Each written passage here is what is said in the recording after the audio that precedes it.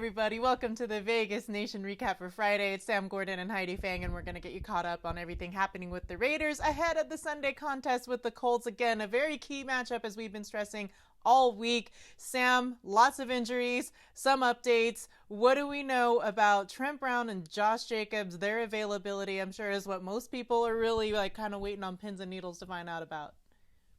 Yeah, Heidi, I think so too. And the truth is, we still don't know much, right? Jon Gruden says today that they're both going to be questionable, as well as safety Jonathan Abram, who's also going to be listed as questionable. We do know that Damon Arnette, the rookie cornerback, and the veteran safety Jeff Heath will not play. They are out Sunday, meaning somebody else is going to have to step up in that secondary. A couple people, actually.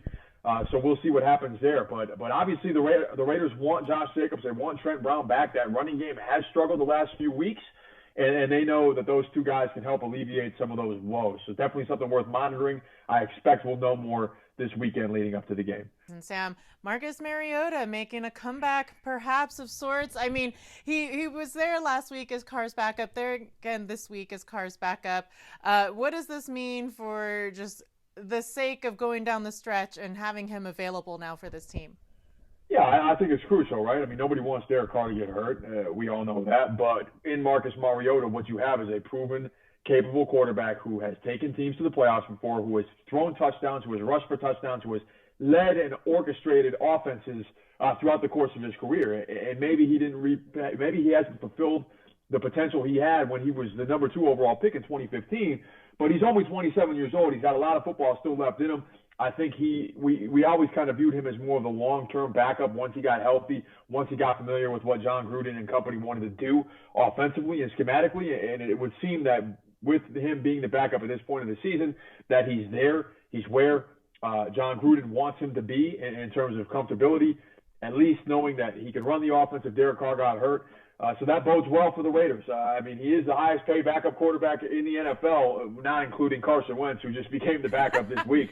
But he was signed as the highest paid backup for a reason, and that's because he is a former starter that's had a lot of success.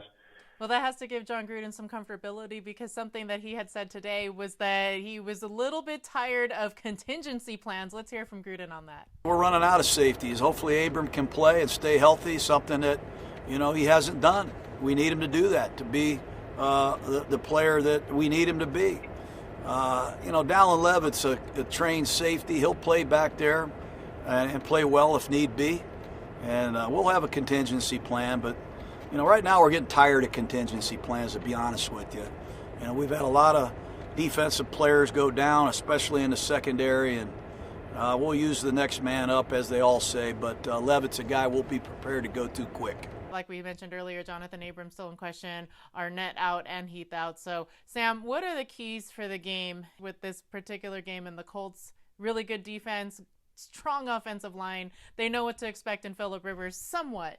But what do we look at when we see this game?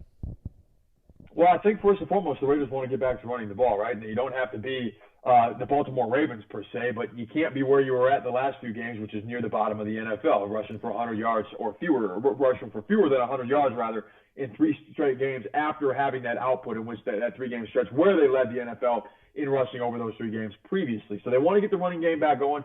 Again, some of that depends on Brown, some of that depends on Josh Jacobs, and then spread it out in the passing game. I mean, Darren Waller had the 200 yards last week, but maybe the Colts key in on him a little bit more. That means guys like Henry Ruggs, guys like Hunter Renfrow, guys like Nelson Aguilar might be available, might be open, might find themselves in the position to make some plays. Defensively, the Colts don't do anything that blow you away on offense. Again, Phillip Rivers is steady. He's running the offense, but he's not dynamic, and they don't have a dynamic running game either, even though they drafted Jonathan Taylor to bolster their backfield. He hasn't been what they've hoped he's going to be. I think the keys defensively are just making sure you try and limit those long drives and get some stops early in the game and force a turnover or 2 like they did last weekend against the Jets. And then offensively, have some balance. Try and run the ball, find big plays in the passing game, take care of the ball. Most importantly, you don't want to turn this ball over against a Colts team that is among the league leaders in interceptions. Again, a very capable secondary, very capable defense. If the Raiders do those things, they'll give themselves a chance to win the game Sunday.